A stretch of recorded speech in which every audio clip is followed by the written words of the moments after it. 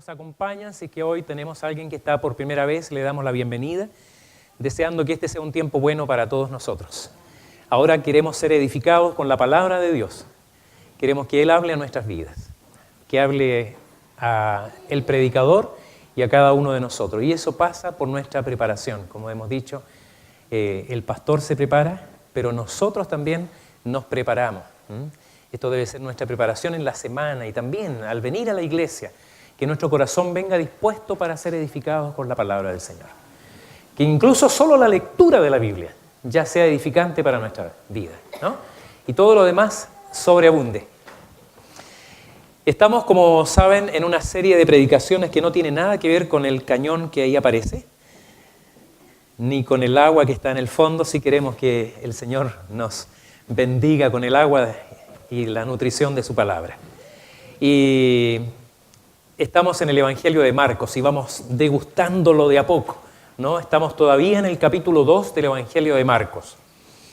Así que abran sus Biblias ahí mientras buscan recordar que justamente el propósito es conocer cómo el Evangelio presentado por el evangelista Marcos tiene que ver con nuestra vida toda, no solo con el comienzo de nuestra vida cristiana, sino que con nuestra vida toda y la vida y la misión de la iglesia. Entonces vamos a buscar ahí el capítulo 2, versículos 18 al 22. Puestos en pie, en señal de reverencia por la palabra que será leída.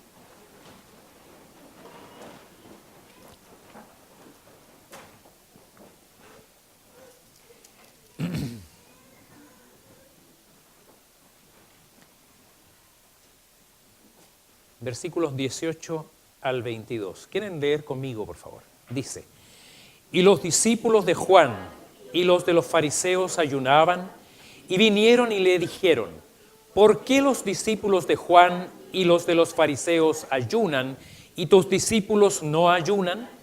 Jesús les dijo: ¿acaso pueden los que están de bodas ayunar mientras está con ellos el esposo? Entre tanto que tienen consigo al esposo, no pueden ayunar. Pero vendrán días cuando el esposo les será quitado, y entonces en aquellos días ayunarán. Nadie pone remiendo de paño nuevo en vestido viejo. De otra manera, el mismo remiendo nuevo tira de lo viejo y se hace peor la rotura. Y nadie echa vino nuevo en odres viejos. De otra manera, el vino nuevo rompe los odres y el vino se derrama y los odres se pierden. Pero el vino nuevo en odres nuevos se ha de echar. Señor, queremos oír tu palabra. No queremos oír voz humana, Señor. Así que si hay palabras o pensamientos humanos, que los olvidemos de inmediato. Pero si es tu palabra la que es expuesta a nuestros corazones, si tu Espíritu habla por medio de la palabra y de la predicación a nuestras vidas, Señor, inquiétanos, incomódanos, transfórmanos por tu palabra, Señor, y haz en nosotros todo aquello para lo cual dejaste tu palabra. Si el evangelista Marcos dejó este testimonio, si tu Espíritu le llevó a escribir esto y ha sido preservado milagrosamente a través de los tiempos, y hoy podemos abrirlo, y esta palabra tiene un sentido para nosotros, Señor, sabemos que es tu propósito el que está detrás. Por eso muévenos, Señor, transfórmanos, conviértenos y haz en nosotros todo lo que tu palabra quiere hacer. En el nombre de Jesús. Amén. Tomen asiento, por favor.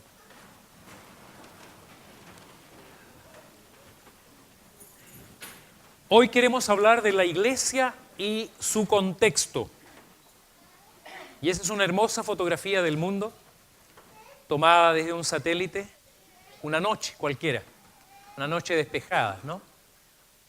Y nos da una idea de la dimensión del mundo y la parte habitada por el planeta.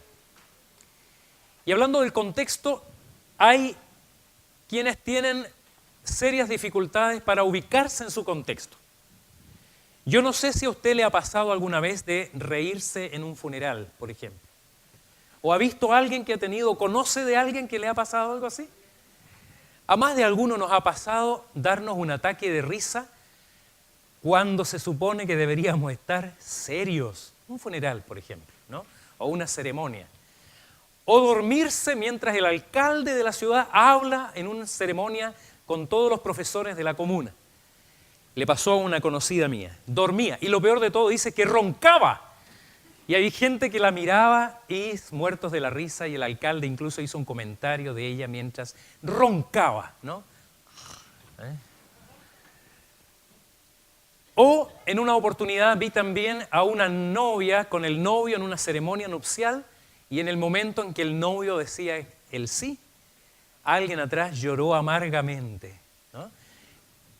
Desubicada o sospechosa, ¿no? Porque la situación daba para pensar. Entonces, se supone, la lógica indica que en el contexto en que uno está, debiera actuar en armonía con ese contexto. Entonces, una pregunta que tendríamos que hacernos nosotros es cuál debe ser la actuación de la iglesia en su contexto. Y no hablo de la iglesia aquí adentro, porque en este contexto cantamos, alabamos, oramos, estamos en el contexto de una comunidad de creyentes. Pero ¿cuál debiera ser el actual o qué es lo que se espera de la iglesia cristiana en el contexto de su cultura, en el contexto del tiempo que nos ha tocado vivir? ¿Qué es lo correcto, lo esperable de nuestra actuación como creyentes ahí en el medio donde estamos cotidianamente? En el mundo, en nuestro contexto del trabajo, en tu colegio, en tu trabajo o en tu universidad, los que están estudiando en institutos superiores, o en nuestro barrio, nuestras familias, entre aquellos que no son los nuestros o creyentes. Una pregunta que tendríamos que hacernos entonces es, ¿cuál es el contexto en el que está la iglesia hoy día? Porque el Señor Jesucristo, en el texto que estábamos leyendo, establece una relación con su mundo. Veíamos el domingo pasado, ¿no es cierto?, al Señor Jesucristo cenando con publicanos y pecadores, y despertó la crítica de algunos porque Él estaba en un contexto que no parecía apropiado para Él. ¿Debiéramos nosotros actuar hoy día celebrando cuando debiéramos ayunar? Porque la crítica que le hacen al Señor Jesucristo es: tú no ayunas. Entonces, la pregunta que nosotros podríamos hacernos a la iglesia de hoy: ¿debiera hoy la iglesia estar ayunando y haciendo duelo? ¿O debiera estar celebrando? O tal vez las dos cosas. ¿Habrán momentos en que la iglesia debe ayunar y momentos en que debe celebrar? ¿O hacer ambas cosas a la vez o ninguna de ellas? Son las preguntas que nosotros queremos hacernos hoy día. Y al Señor Jesucristo es interpelado posiblemente a la salida de esa cena. Él viene saliendo de la cena con Leví o Mateo, con los publicanos, están ahí sentados o reclinados alrededor de una gran comida, están comiendo y bebiendo, y hay una pregunta que les es hecha. Llegan ahí los discípulos de Juan y llegan los discípulos de los fariseos y les dicen: ¿cómo es posible que mientras nosotros ayunamos, mientras los discípulos de Juan ayunan, tú estés con tus discípulos comiendo y bebiendo? ¿No es desubicado eso? Están haciéndoles la acusación que decíamos delante del que se ríe en un funeral. Está diciéndole: estás fuera de contexto, estás equivocado en tu actuación. Cuando todos están haciendo una cosa, tú estás haciendo una cosa completamente fuera de lugar. Esa es la crítica que le hacen al Señor Jesucristo en ese momento. Misma crítica que podría hacérsele a la iglesia el día de hoy. Entonces, es en base a la respuesta del Señor Jesucristo que nosotros hoy trataremos de responder para nosotros cuál es nuestra actuación hoy mientras el reino de Dios fue establecido por Cristo. ¿Qué haremos en cuanto al reino de Dios? Es la respuesta que nosotros vamos a tratar de responder. Pero antes de responderla, veamos un poco el contexto en el que el Señor Jesucristo se mueve. Los judíos ayunaban por la ley estaban obligados a ayunar un día al año, que era el llamado el día de la expiación. Después usted puede leer las instrucciones respecto de eso en el libro de Levítico 16 del 29 al 31. Era un día al año en que se hacía ayunos. Y todo el pueblo debía ayunar. Por la ley, era el día de la expiación y debían ayunar. Pero más o menos desde el tiempo de los jueces en adelante, esto de la práctica del ayuno se fue incorporando cada vez más en una práctica regular, de varias veces a la semana o varias veces al mes, varias veces en el año. Comunidades enteras, los sacerdotes y los judíos piadosos ayunaban y oraban. Y esto se transformó progresivamente en parte de los actos de contrición. El pueblo no solamente pedía perdón por sus pecados, sino una manera de mostrar delante de Dios arrepentimiento y contrición, es decir, ese sentimiento de indignidad delante del Padre. Ellos hacían ayuno. Entonces, más allá de lo que era legalmente establecido, se establecieron varios tipos de ayunos durante el año. Y ellos llegaron a ayunar en forma regular, esto desde el tiempo de los jueces en adelante. Pero también se transformó el ayuno con el tiempo en un ritual vacío. Yo les quiero preguntar a ustedes, ¿cuántos han ayunado acá? Levanten la mano. De una manera regular. ¿Alguna vez? No porque se quedaron sin almuerzo, sino que un ayuno como una metodología devocional. Es una práctica interesante y de ninguna manera abolida. Yo cuando era miembro del grupo de jóvenes de mi iglesia oí a un presbítero de este tiempo decir: los presbiterianos no ayunan. Y nunca me he olvidado de esa frase porque lo dijo en forma muy categórica, como diciendo: esto no forma parte de la vida práctica de los presbiterianos. Buenas noticias, los presbiterianos también ayunan, ¿no? Y debiéramos hacerlo en forma regular. Pero Isaías 58 muestra cómo el ayuno también se transformó con el tiempo en un ritual vacío, desprovisto de sentido correcto, una mera apariencia, y castiga y censura e indica cuál es realmente la clase de ayuno que Dios espera que nosotros tengamos. Y también era muy justificado, no sé qué me pasó en este tiempo con las diapos, justificado en los tiempos de Jesús. Es decir, ellos transforman el ayuno en algo propio del pueblo de Israel. ¿Y por qué decimos que era justificado el ayuno?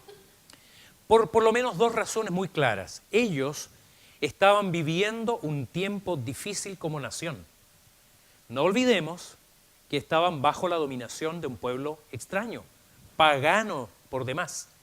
Los romanos eran un pueblo opresor y ellos tenían cierta tolerancia sobre su religión, pero no tenían plenas libertades. Encima de eso vivían la opresión no solo del imperio, sino también tenían la opresión de los poderosos. La familia de los herodianos, que eran familias que habían llegado a gobernar, se habían convertido al judaísmo, ejercían sobre ellos una tiranía también cercana, y era más encima del propio pueblo. Y además de eso estaban los publicanos, que les cobraban impuestos abusivos, que les robaban, les oprimían desde el punto de vista del poder financiero. Entonces ellos tenían muchas razones para sentirse que tenían motivos para ayunar y clamar a Dios por liberación. Pero además de ello, no olvidemos también que ellos pensaban que si estaban viviendo lo que estaban viviendo, y tenían razón en eso, era por causa de su pecado. El pueblo de Israel había pecado, los reyes habían pecado, las autoridades habían pecado, los sacerdotes habían pecado, por lo tanto el Señor les había dejado y ellos ayunaban y oraban y hacían largas peticiones esperando que algún día eso terminara. Por lo tanto, no es que, independiente de que habían hipócritas que oraban, ¿recuerdan el publicano que estaba, el fariseo que estaba orando en el templo y decía: ayuno 2 veces por semana? Y lo hacían demudando el rostro, dice el Señor Jesucristo, se lavaban bien la cara, no se echaban aceite, nada, para que todos vieran que estaban ayunando. Así que, independiente que había hipocresía, había cinismo, había ostentación y vanagloria en esto de ayunar 2 veces por semana, lo que no era exigido por la ley. No olvidemos que los fariseos habían agregado muchas otras exigencias, pero independientemente de eso, era razonable que hubiera ayunos. El pueblo quería liberación, quería restauración, quería el perdón de Dios. Por lo tanto, era razonable que ayunaran y eso no lo estamos discutiendo en este momento. Entonces, el asunto es que ellos le dicen al Señor, mientras nosotros que somos simples discípulos estamos ayunando, tú que eres un maestro de la ley, que eres un rabí, que deberías estar dando el ejemplo, estás acá en una comilona. Estás comiendo y bebiendo mientras nosotros ayunamos. ¿Cómo es posible? ¿Entiende usted ahora el reproche?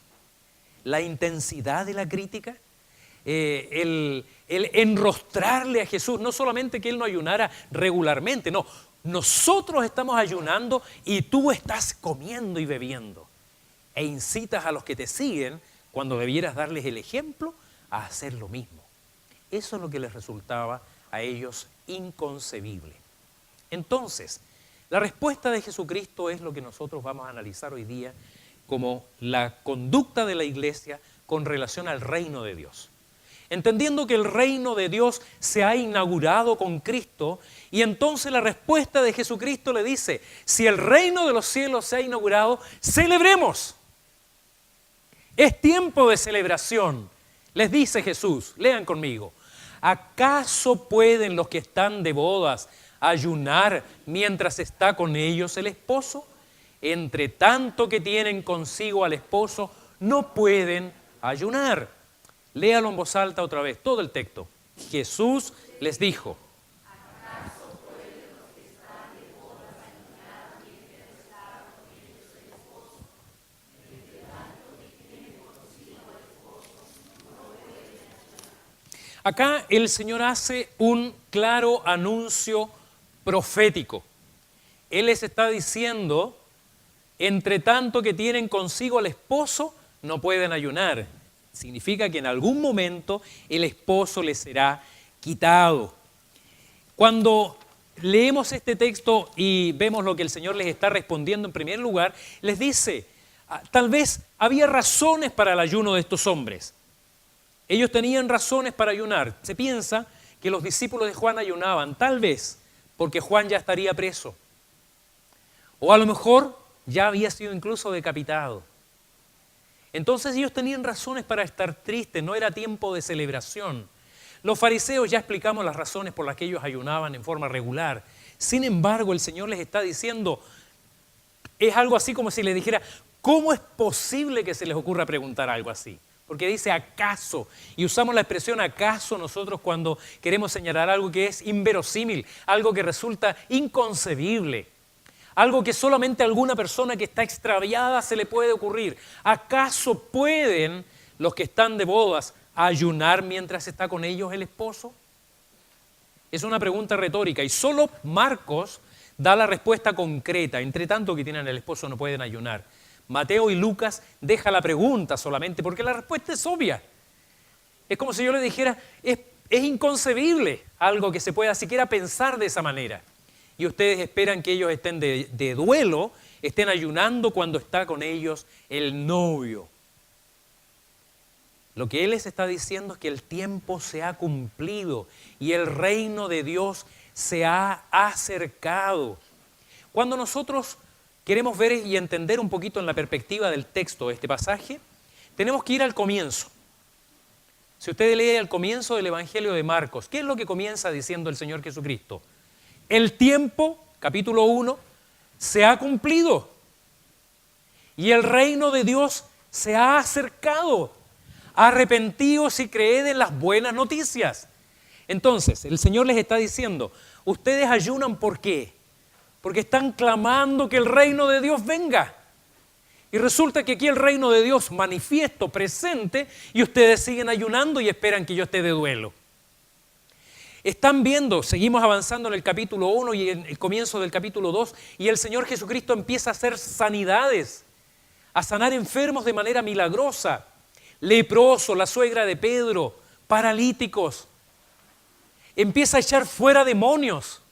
Es decir, el tiempo de libertad de aquello que ustedes perciben como las consecuencias del pecado, evidentemente ya está delante de ustedes y ustedes no son capaces y no se dan cuenta. Están ayunando por esto y no lo ven.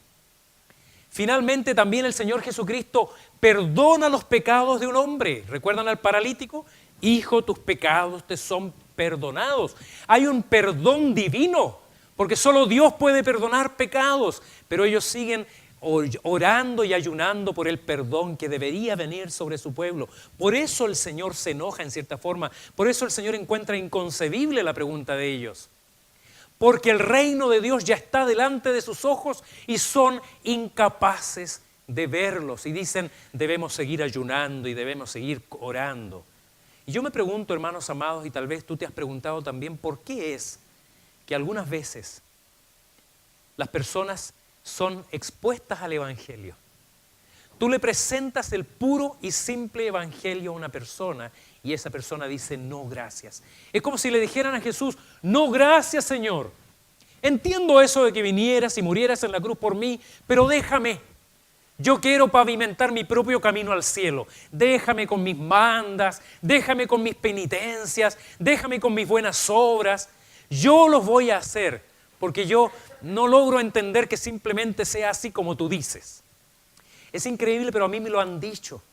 Hay personas que después de presentarles el Evangelio me han mirado a los ojos y de manera muy sincera me dicen, no puede ser tan simple. No puede ser tan fácil. ¿Cómo es eso que simplemente voy a aceptar a Jesús como mi Salvador y eso es todo? Pero así es. Y sin embargo las personas siguen diciendo, no, déjeme con mi religión, con mis ritos, con mis ceremonias, con mis mandas, con mi caminar de rodillas y hacer toda clase de cosas porque yo quiero caminar y construirme mi camino al cielo. No puede ser tan simple como creer en Jesucristo y su Evangelio. De alguna manera, queridos hermanos, la gente rechaza. Y cuando pensamos, hermanos amados, que rechaza y no entendemos que es tiempo de celebración, que nosotros podemos hoy día realmente decir, el reino de los cielos se ha acercado, la buena noticia ya está entregada. Y es cosa de mirar nuestra propia vida, queridos hermanos. Cuando tú miras tu propia experiencia y piensas en tu pasado y piensas que hoy estás aquí y las grandes cosas que el Señor ha hecho en tu vida, ¿no es para estar contento? ¿No es para celebrar? Cuando, como dice esa canción tan linda que cantamos tantas veces, ¿dónde estaría hoy si no me hubieras perdonado? ¿Qué sería de mí si no me hubieras alcanzado? Cuando pienso dónde estaba antes que el Señor llegara a mi vida y dónde estoy hoy, que el Evangelio es una realidad en mi propia existencia, ¿no es razón suficiente para celebrar? ¿No es razón suficiente para que la iglesia esté permanentemente de fiesta? Ellos tenían al novio ahí de cuerpo presente, estaban felices, estaban dichosos, era tiempo de alegría. Nosotros, la realidad de Jesucristo en nuestra vida debiera transformar nuestra vida en una fiesta permanente. Es un tiempo de alegría. Hoy el Señor Jesucristo no está presente físicamente, pero el Señor está presente de manera real. Y cuando nos sentemos a la mesa en un momento más, y celebremos, porque esta es una celebración. Hablamos de la celebración de la cena del Señor. Y es una fiesta. Y estaremos alrededor de la mesa y el Señor Jesucristo está presente en medio de su pueblo. Es una celebración, no es tiempo de ayuno.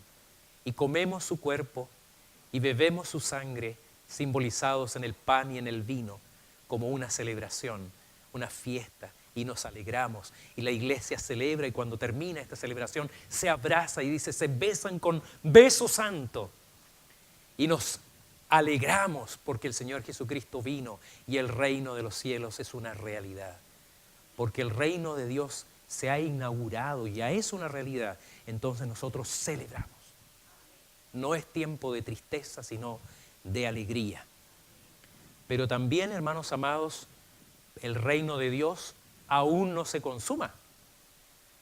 Así que ayunemos Es lo que parece decirnos el Señor Jesucristo en esta aparente tensión que hay entre las dos cosas.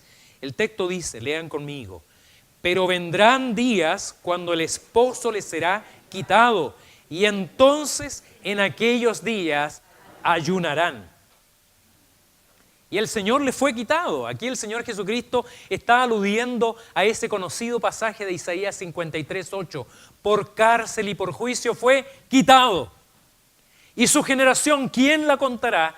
Porque fue cortado de la tierra de los vivientes y por la rebelión de mi pueblo fue herido.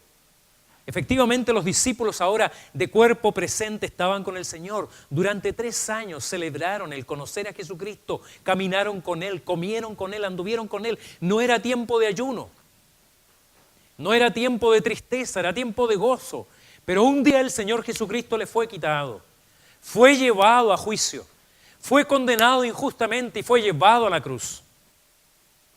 Y finalmente el Señor resucitado ascendió al cielo desde donde un día vendrá por los suyos. Pero Él ya no está con nosotros. Y es entonces un tiempo de ayuno y de oración. Es un tiempo de contrición, porque mientras el reino de los cielos ya es una realidad que podemos gozar y podemos celebrar, también es esto un tiempo de excepción hasta que el Señor Jesucristo vuelva. Y entonces todo lo que durante este tiempo es preparación para la inauguración, para la consumación de su reino, ya será una realidad absoluta. Y todos los enemigos de Cristo serán condenados e incluso la muerte, el postrer enemigo del hombre, ya no existirá más. Pero mientras tanto, mientras estamos en esta vida, seguimos de alguna manera expuestos a la maldad. Aún hay muchos focos de maldad en el mundo. El enemigo todavía tiene campos de concentración, por decirlo de alguna manera figurada, donde hijos de Dios, miembros del pueblo de Dios, de este reino, están cautivos.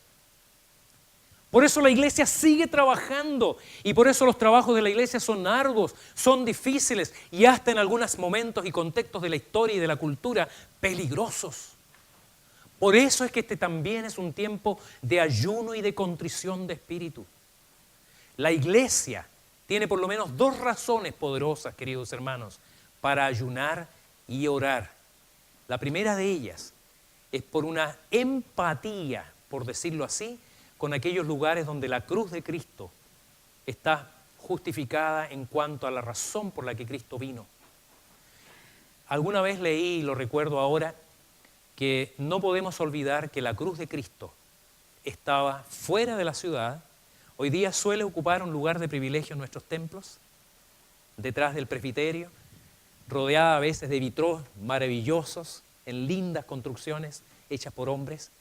Pero la cruz de Cristo originalmente estuvo puesta en un basural fuera de la ciudad, donde están los marginados, donde estaban los condenados, donde estaban los pobres de la tierra. Y los hombres de la iglesia, los creyentes hoy día, deben empatizar con eso. Ayunar de alguna manera es recordar que la cruz de Cristo tiene que ir a esos lugares, que aún hay miseria, que aún hay pobreza, que aún hay oprimidos, que aún hay injusticias en la tierra, que aún hay prostíbulos, drogadicción, abuso de menores, que aún hay delincuencia, homicidios, odios en el mundo. Y por causa de ello el creyente ayuna y ora recordando que la cruz necesita ser llevada a esos lugares donde la luz del Evangelio aún no ha alumbrado y donde aún la miseria y la depravación del hombre es manifiesta como en ningún lugar. También debemos ayunar por un sentido de arrepentimiento. Oramos al comienzo del culto, generalmente tenemos un tiempo de oración de confesión de pecados, pero la iglesia necesita hacer ayuno y oración para arrepentirse de sus pecados delante del Padre por nuestras omisiones como iglesia. Cuando a través del tiempo nos hemos transformado en comunidades que están acomodadas, donde venimos tranquilamente cada domingo a cumplir con nuestros deberes espirituales, donde nos reunimos y nos solazamos en estas fiestas espirituales, pero olvidamos la realidad del mundo de allá afuera. Y cuando el Señor nos llama a obrar y no queremos dejar nuestra comodidad, y nos incomodamos si nos piden ir un pasito más allá de lo que normal y regularmente hacemos. Entonces es tiempo para que la iglesia también ayune y ore y se arrepienta por sus pecados. Ahora, ¿cómo ayunar? Decíamos delante que los presbiterianos también ayunan. La pregunta es, ¿cómo ayunar? Isaías, capítulo 58, que no lo vamos a leer todo el texto, pero yo voy a leer para ustedes alguna parte solamente. El libro de Isaías, capítulo 58, nos da una idea de cómo el hombre, el creyente, debiera ayunar. Decía el profeta, si quieren que el cielo atienda sus ruegos, ayunen, pero no como ahora lo hacen. ¿Acaso el ayuno que he escogido es solo un día para que el hombre se mortifique? ¿Y solo para que incline la cabeza como un junco, haga duelo y se cubra de ceniza? ¿A eso llaman ustedes día de ayuno y el día aceptable al Señor? El ayuno que he escogido no es más bien romper las cadenas de injusticia, desatar las correas del yugo, poner en libertad a los oprimidos y romper toda atadura. ¿No es acaso el ayuno compartir tu pan con el hambriento y dar refugio a los pobres sin techo, vestir al desnudo y no dejar de lado a tus semejantes? Si desechas el yugo de opresión, el dedo acusador y la lengua maliciosa, si te dedicas a ayudar a los hambrientos y a saciar la necesidad del desvalido, entonces brillará tu luz en las tinieblas y como el mediodía será tu noche. Esto lo decía el profeta Isaías 700 años antes de Cristo. Y está perfectamente vigente hoy día este mensaje para la iglesia de hoy. Ayunar no es solamente saltarte algunos horarios de comida y sentir que por eso tu vida espiritual entonces es más grande, tú ayunas muy seguido. No nos transformemos peligrosamente en fariseos, como los que acusaban ese tiempo injustamente al Señor Jesucristo. Estudiando sobre este tema encontré esta frase de Megan McKenna, una escritora, conferencista, autora de muchos libros, católico-romana. La verdad de Dios es verdad donde ella esté. Si es verdad de Dios. Y ella decía lo siguiente, se trata de ayunar de la comodidad, de una vida fácil, del mínimo esfuerzo, de la mentalidad gregaria, es decir, una mentalidad adocenada que se va con donde estén todos los que hacen lo mismo, del placer por el placer. Y sobre todo se trata de ayunar del poder, la autocomplacencia y la gloria. Ayunar de egoísmo, insensibilidad e inhumanidad. Es ayunar de competitividad y de los beneficios a costas de otros, de las formas de proceder del mundo y de los reinos construidos con la acumulación de bienes a costa de las enormes necesidades de todos los que habitan en la tierra. Esa es la llamada de Dios a ayunar en este tiempo y todos los tiempos de la iglesia. Es demudar el corazón y hacer en consecuencia todo aquello que es demandado de la iglesia en relación no a nosotros. No es a nosotros que tenemos que mostrarnos ayunando, ni publicarlo, ni decirle a los hermanos, hoy he ayunado, o no puedo ir porque estoy ayunando, ¿no? No puedo participar de esta fiesta porque estoy en esto. Si vamos a ayunar, que el ayuno nuestro sea, como dice Megan McKenna, un ayuno del corazón que se transforme en todo aquello que Dios espera de nosotros como iglesia. Porque ciertamente el reino de Dios aún no se consuma y por lo tanto tenemos que ayunar y orar. Tenemos que afligir el corazón y llorar si es necesario por la obra de la iglesia. No nos quedemos solamente en la celebración. Esto me recuerda mucho, hermanos amados, la actitud de Pedro, de Juan y de Jacobo en el monte de la transfiguración, ¿recuerda? Cuando el Señor está y los lleva a ese monte y se transfigura delante de ellos y el rostro y las ropas de Cristo resplandecían de un blanco maravilloso y Pedro está ahí extasiado mirando al Señor y le dice, Señor, hagamos una enramada acá. Quedémonos a vivir en este lugar. Qué cosa maravillosa, Señor. Hagamos una fiesta que nunca termine en este lugar. Pero la luz de Cristo, del rostro de Cristo, cesa y Él les dice, no, vamos a bajar y vuelven al mundo y entran a la ciudad, porque ahí es el lugar de la iglesia.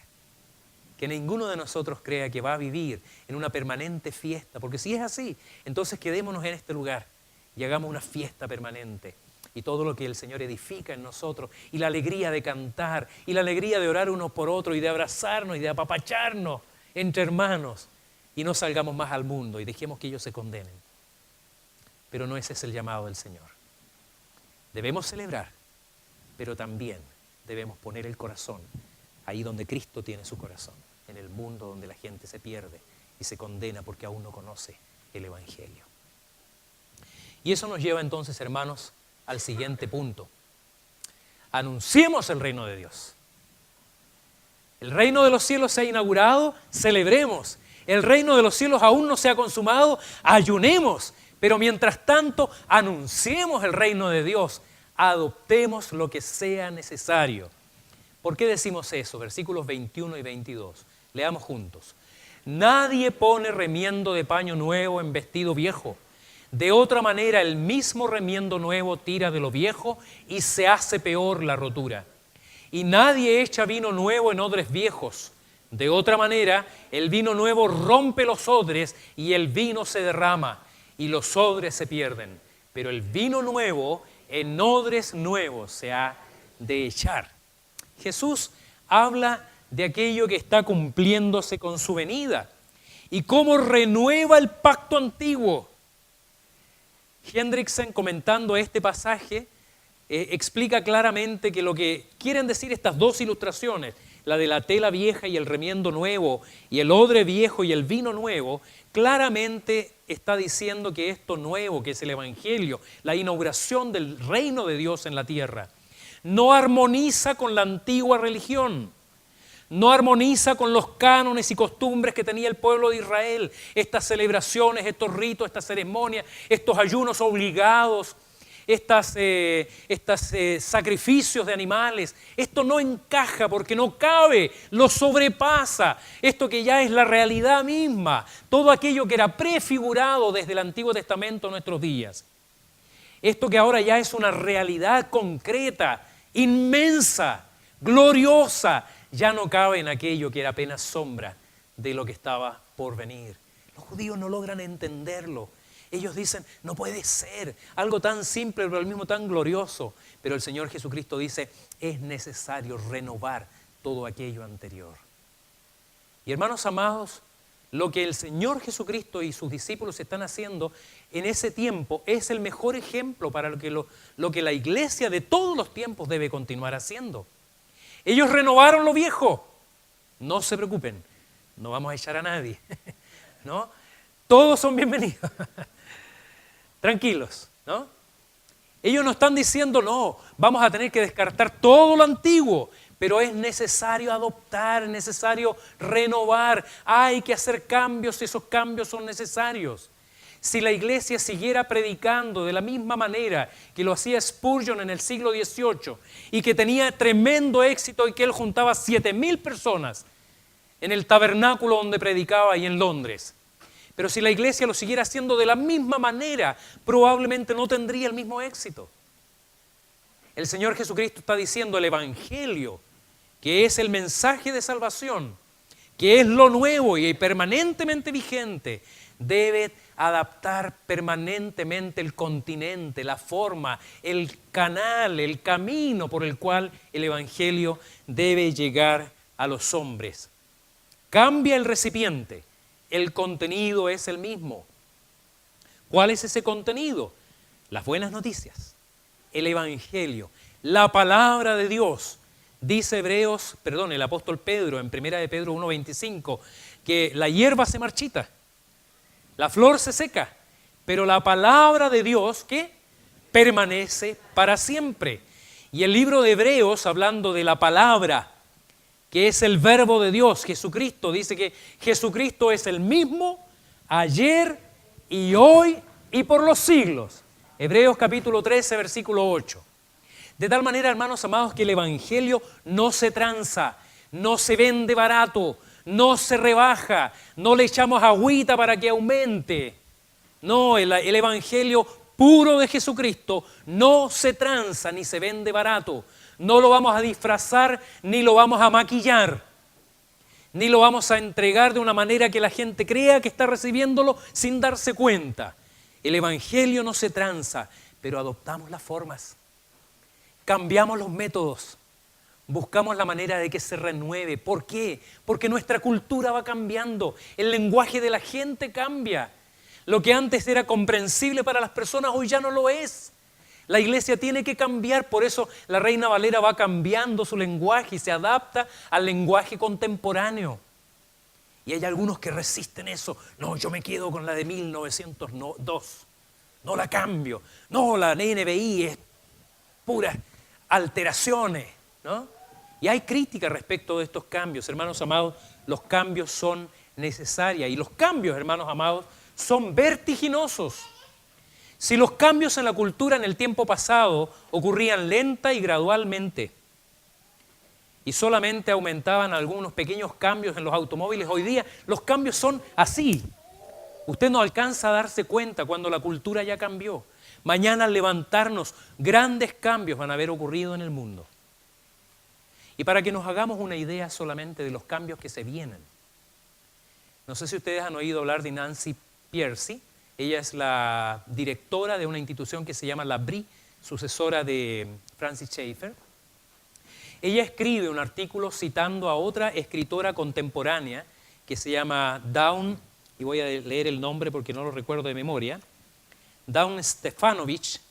¿Quién es Dawn Stefanovich? Dawn Stefanovich escribe un libro, que a lo mejor usted leyó de ella, relatando su experiencia como una niña criada por una pareja de homosexuales. Un libro muy controversial que ha tenido gran difusión, se han escrito muchos artículos sobre él y ella ha sido invitada a muchos países a dar conferencias sobre su experiencia, rechazando la idea de que padres homosexuales adopten hijos y los críen como hijos propios. Y esta autora escribe un artículo sobre lo que está pasando hoy día. Hermanos amados, lo que yo le voy a contar no es futuro, esto es presente.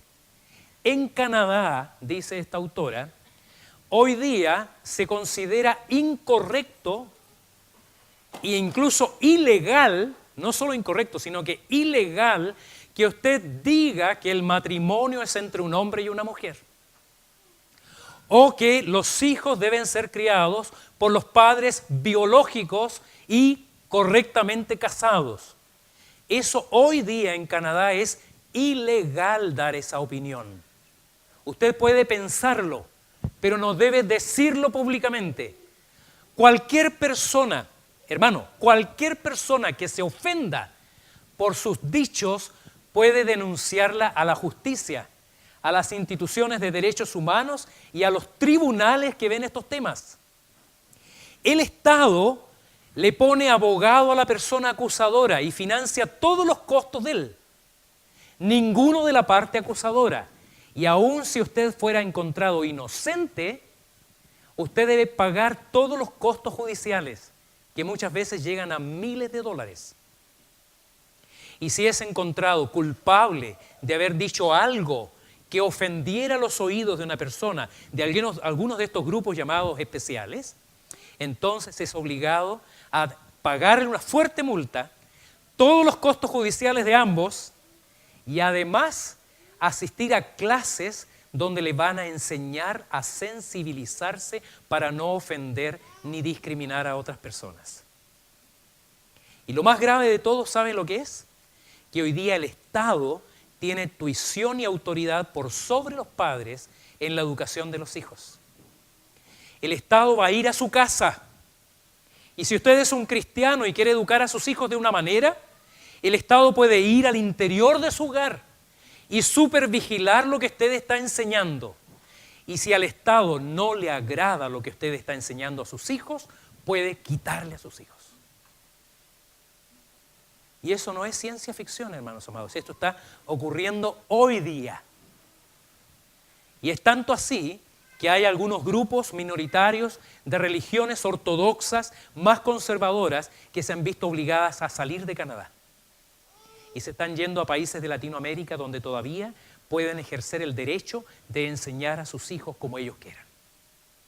Y usted dice, eso está tan lejos de nosotros. Canadá está allá, al otro extremo del mundo.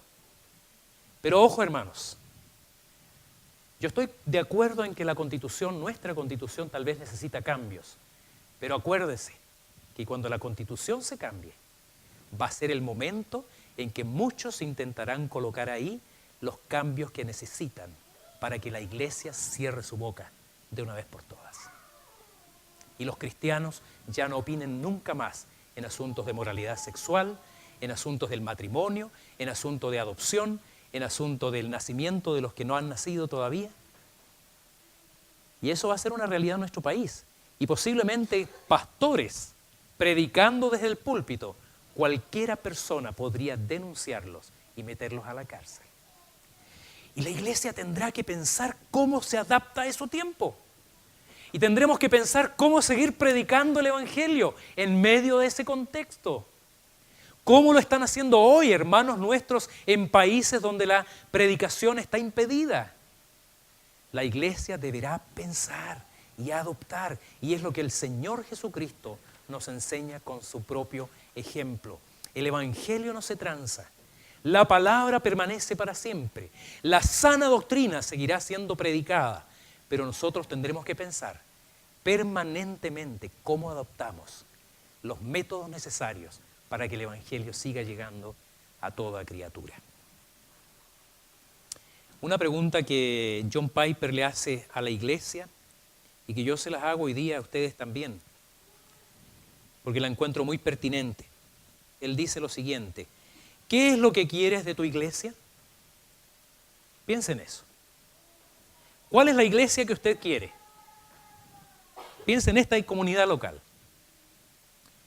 ¿Estarías satisfecho si te queda como un guante y no salva apenas a unos pocos pecadores? ¿Estarías satisfecho con tu iglesia si cumple todas tus necesidades y deja a cientos de miembros en paradero desconocido? ¿Estarías satisfecho si te sientes cómodo con los programas de la iglesia mientras que su impacto en la comunidad es mínimo?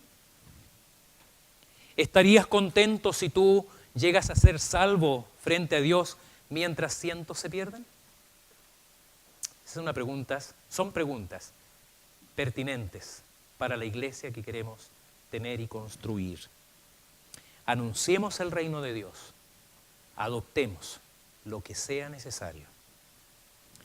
Para terminar, queridos hermanos, tengamos conciencia entonces que como iglesia vivimos y estaremos expuestos a imperativos contrapuestos. Por un lado, debemos celebrar, porque el reino de los cielos se ha inaugurado. El reino de los cielos es ya una realidad. El Señor Jesucristo vino.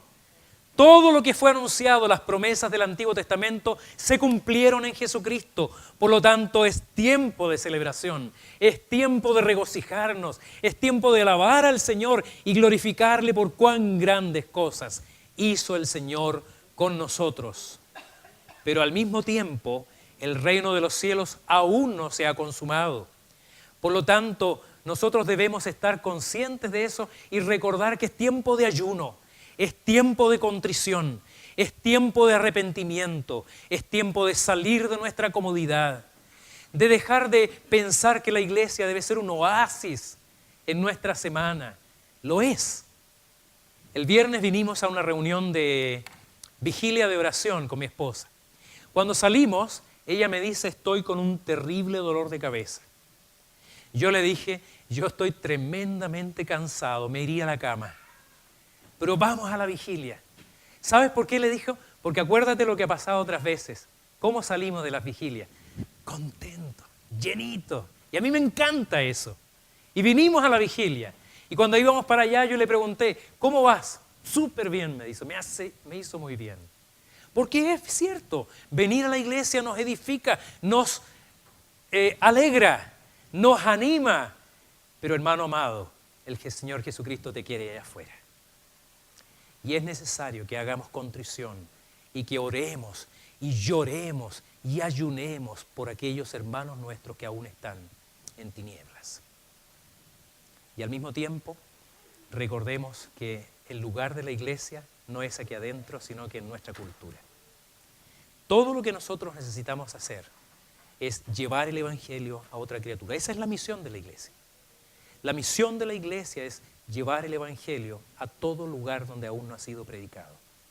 Por lo tanto, haremos todos los esfuerzos. Y la iglesia está empeñada en hacer los cambios que sean necesarios.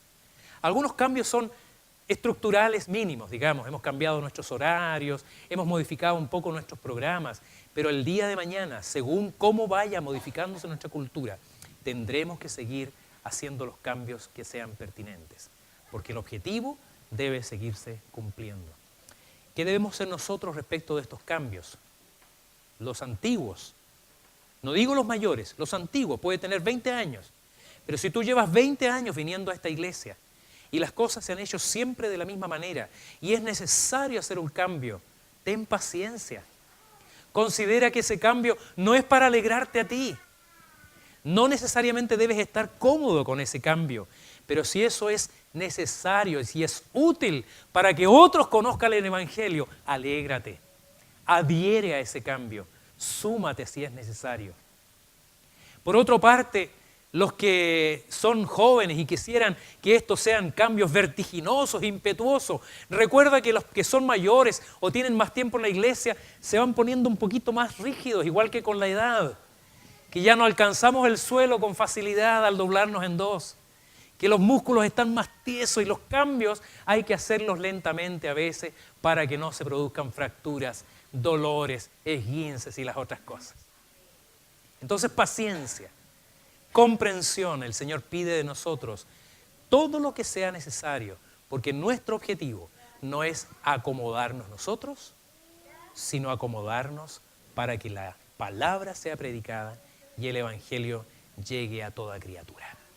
Amén. Vamos a orar. Les pido que inclinemos nuestros rostros.